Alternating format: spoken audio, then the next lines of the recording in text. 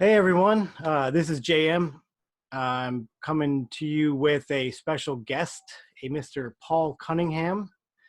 He's a friend of mine. He is a historical fiction author. So the previous episode, if you caught the previous episode, we talked about uh, world building in fantasy fiction, and we discussed some of the basic principles and the mechanics of how to go about actually writing, uh, conveying world building information to your readers. And I had a thought that a lot of what we do in fantasy as a subgenre is very similar to what is done in historical fiction. And Paul Cunningham happens to be a friend of mine. Also, he's part of a informal peer review group that I meet with about once a month. So he reads over my material and gives me comments, and I read over his material. And he's just very, very good at building a world within historical fiction that is believable and accurate. He does a lot of research. Paul is the author of a book called Contention, which is available on Amazon. You can pick it up on Kindle, Kindle Limited, or paperback. The book is details the Rome featured in the Roman Empire after the death of Nero. Yeah. So why don't you introduce yourself first, Paul, and tell us about Contention, and then we'll get more into the topic at hand. All right. Well, thanks for having me in.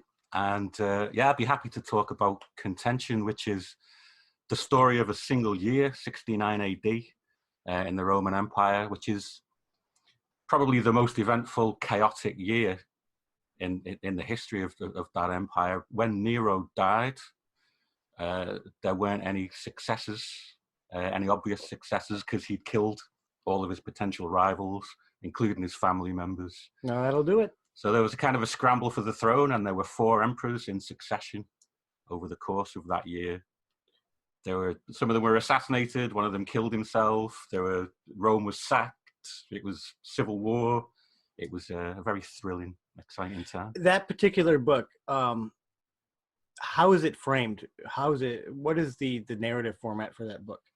The framing story is the Roman historian Tacitus was writing the history of this year about 35 years after it happened.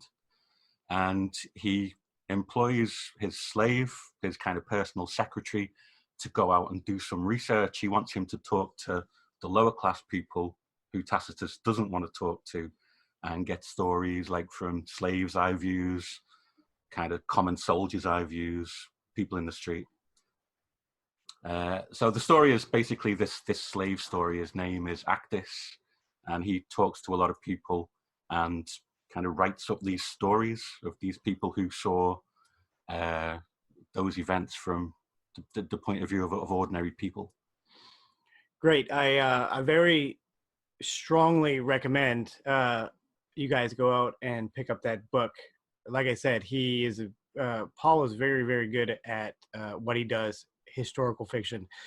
And just like with fantasy, it's hard to, I think people know a lot about say the Roman Empire. People think they know a lot about the Roman Empire, but we really don't. I mean, a lot of what we know is popular culture versions of something. It's really hard to get into the head of someone who is 2,000 years old and to get into a totally different culture, a totally different way of living, a totally different way of thinking.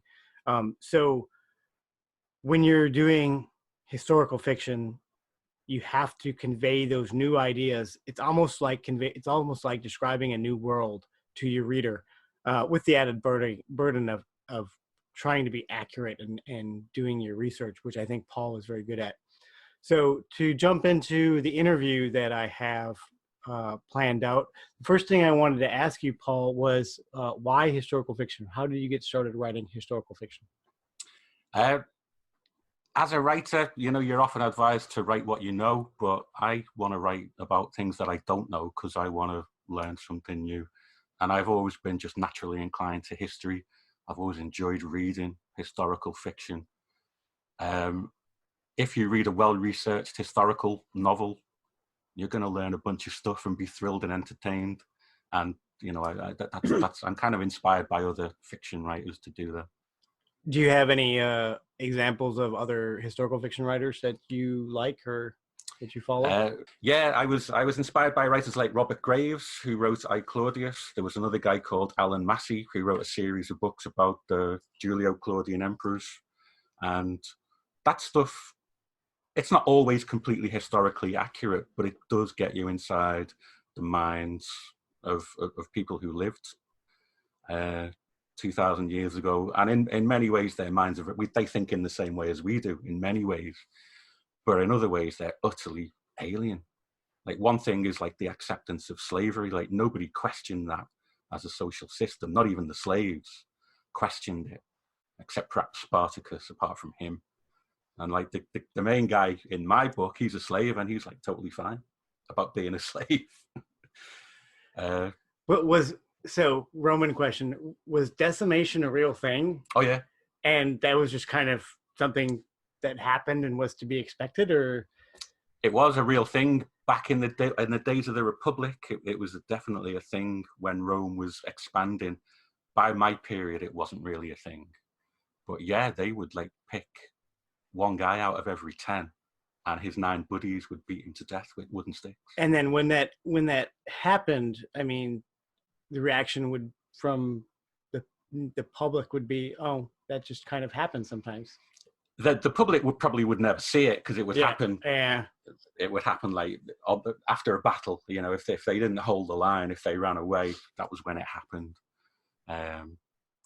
So the public probably wouldn't see it. They'd be aware of it, and they'd just be like, "Yeah, that's just like what happens to soldiers who don't stand." Yeah.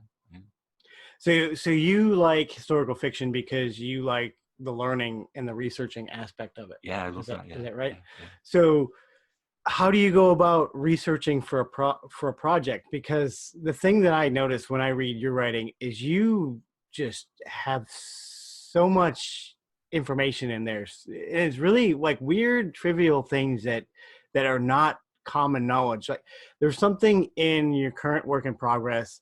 What was it? It was something about bees and beer.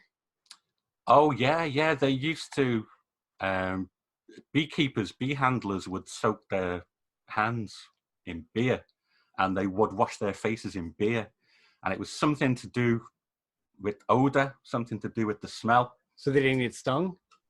I can't recall now exactly why they did it, but it was something to do with the odor. And I got that from a 17th century beekeeping manual, which I downloaded. Like with the age we live in now, these books, like you can't get them in print. But there are good people scanning these things, and you can just and that's the kind of thing where a detail like that just jumps out at you. Is where does that come from? But it makes it feel genuine because it feels right and it feels accurate and it feels like you know what you're talking about. So something like that. Like, how do you do research when you have a project? You're working on a new project, and you've got the setting and you've got kind of the characters. Where do you go from there? Before I started to write my current project, I spent a whole year reading, and I read histories of the period, and I read novels that were written in that period. I wanted to get it into my bones. I wanted to immerse myself in that period. And yeah, I did that for a whole year, and I lived and breathed it for a year before I started to write. And without doing that, I wouldn't really have the confidence to write about that world because it's an alien world and you have to live in it for a while before you can explain it to other people. Yeah, I think that makes sense. And I can kind of see that being very similar writing fantasy. And one of the things that I've kind of been working on with the new anthology and of Metal and Magic is writing all these side articles and things where it allows me to kind of dive into the characters a little bit deeper and examine the history a little bit more and tease out new ideas. When I wrote my first book, Into the Valley of Magic, one of the things I was doing at the same time I was writing that book is I was writing flash fiction on my blog with other characters and other aspects of the world to start to build and to tease out that world to have a better understanding. So yeah, I get that, wanting to immerse yourself in the world so you can understand it deeply. What about like your sources and resources and things that you use to do your research? I read a lot of Daniel Defoe, who was not only a novelist but also a journalist. He wrote a lot of nonfiction. He had his own newspaper, which he published. He wrote it and published it himself. Sources like that are easy to get now. You can get that stuff online. I read a lot of stuff by modern historians who've analysed that period. So it was a mix of modern historians and primary sources. When you mentioned finding the old beekeeping manual, how did you think to look for that, or did you stumble on it? How did you find it? Just Googling it? Googled it. I just Googled 17th century beekeeping, and that came. What spurred on that search? Why did you know you needed to look for beekeeping? I just wanted. Because you had a particular scene with beekeeping in it, and yeah, I don't know why I wanted to have a beekeeping scene. I just thought it would be cool. I thought, well, before I write this scene, I need to know how they did it and how they went about doing it. Also, there's going to be there's a metaphor, and it's a very small part of the story, but there's going to be a point when my main character is in the army, and at that time, soldiers were they were automatons. They weren't expected to think. They just had to march in a straight line, fire their gun like once every minute or whatever it was, their musket, and they were puppets. They had no mind of their own. So a bit of that's how bees allegory kind of work. Yeah. And that's going to connect at some point. But that wasn't really a big deal. But I just thought it would be a cool way to.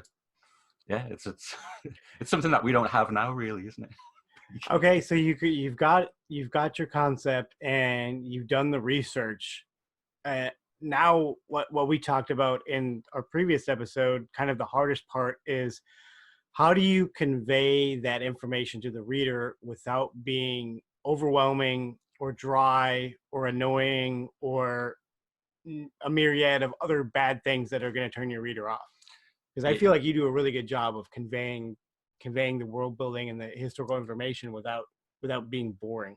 Yeah, that's a really difficult tightrope to walk. And you always have to remember to put the story first, tell the story, put the characters first, and drop in the historical details as they're relevant, as they connect with the story, and don't try to distort the story or twist it just so that you can show off all the stuff that you know. It's hard to keep it natural, and you end up like knowing or actually using like maybe 5 or 10% of what you know, because most of what you know doesn't really fit with your story. But yeah, you have to keep it. You don't want it to be a lecture. You don't want it to read like a history textbook. You want it to be a story first and foremost. Well, one of the things you do really good is narrative and character voice. It sounds like these people are living, breathing people from your current work is what, 17th century? Yeah, late 17th century. And you do that through use of just words and phrases and slang and idioms and things like that. Where do you get that from? Just reading other historical novel books, or? That came from reading novels that were written round about that period. Especially Daniel Defoe, who was just like so prolific. He wrote about so many different things, and his characters always have great voices. He's kind of a ventriloquist, and there's a lot of dialogue in his books. Some of the phrases that I've prepared a cheat sheet here. Yeah, so what are some of your favorites? The kind of thing that I would use is something like, okay, we say now save for a rainy day. Yeah. In those days, they said save for a wet day. Now, that's just familiar enough to work and just different enough to be intriguing. Also, hawk's-eyed instead of hawk-eyed. Broad awake instead of wide awake. Those are the kind of things that don't sound too weird. Some stuff that you couldn't use, like for exclamations, odd rabbitit, zoodikers, which, that just sounds comical, and I don't want it to be a comedy. I would totally use Zudicus. Zudicus. So yeah, you have to. There are things that work and things that don't work. Whistle drunk is a good one. Instead of blind drunk, I'm going to use that. Lost a cool 100 in gambling. I lost a cool 100. Now that sounds too modern to me. I wouldn't use that. But that is 300 or 400 years old, that expression. Huh. So I wouldn't use that one. Prepositions are interesting. We would say stabbed in the heart. They would say stabbed to the heart. Quake for fear instead of quake in fear. Oh, that is very interesting. Big of his age instead of big for his age. Yeah. But if you read I think I marked some of those wrong when I was peer reviewing you. Probably, yeah. I hope they don't get picked up like by the Amazon grammar checker or anything. Yeah. Amazon isn't. But yeah, I went through those books. I underlined tons of stuff as I was going through them. I filled notebooks full of idioms and slang expressions. I read over those notebooks until I think I've got a library of like probably hundreds of that kind of thing in my head. As I'm writing, if I can use it, I'll use it. Do you have a particular favorite idiomatic expression from that period? Other than Zudicus? I don't have a particular favorite, no, because like you can only really use them once. You know, if you repeat them, then it's going to sound labored. So no, I don't have a favorite, but I have a library up here, tapping my forehead, in the custody of physic, which means that you're under the doctor. But I think that's a little bit too arch. I don't think I'd use that one. Yeah, that's interesting. Yeah, because I wouldn't jump straight to thinking doctor as far as physics. I would think physics as far like custody of physics. I would think of physical restraint. Well, that's it. Yeah. When you talk about a physic, that was a doctor. Yeah. But that might be a little bit too alien, and it's gonna like throw the reader out of the story. I think it depends on the context. I think if it's obvious that you're talking about a doctor or he's with a doctor and you inject that, if the context is obvious, then it might be an eye-opening experience for the reader to be like, oh, there's an interesting phrase I've never heard before. I think you're right. Yeah, I think if the context clarified it, things like that can work better, definitely. So, just to wrap things up, do you have any other comments, insights, anything about the historical fiction genre? Any tips or tricks? I don't think I can teach anybody anything about it, because there is no. The only technique I have is to read a ton of stuff and then try to internalize it, and it's very time consuming, and it's not something that everyone is going to want to do. Well, I love it. Yeah, I mean, that's a general tip for any author is you need to read more. Something I'm not that good with. I read a lot, or I listen to a lot of audiobooks, but I lean more towards nonfiction. I don't do enough reading in my own genre. So knowing where previous authors have gone and you know what the trends are and things like that is hard, especially when you're in a genre, writing genre fiction where trends and markets and stuff are so important. Yeah, that's something that I have to say I'm not very good at. I keep getting told that historical fiction is mostly a woman's market, and that women probably won't want to read the kind of story that I write. But I'm not sure. I'm not so sure that that's true. My stuff might be a little bit niche, and I don't really care. I'm just going to write what I want to write. There's definitely a historical romance genre geared toward women, like Bodice Rippers. Yeah. And that's very much of the period that I'm writing. I'm in love with Henry VIII type novels. That kind of thing does sell, I think. Yeah. Roman romance of any type sells. Yeah, it always does. Yeah. And I think the mistake I made with my first book was that I only wrote it for me, and the only people who are going to love it are people who are just like me. And I think that's a fair criticism. My second one, I think, will have a broader appeal, but I don't think it's going to be.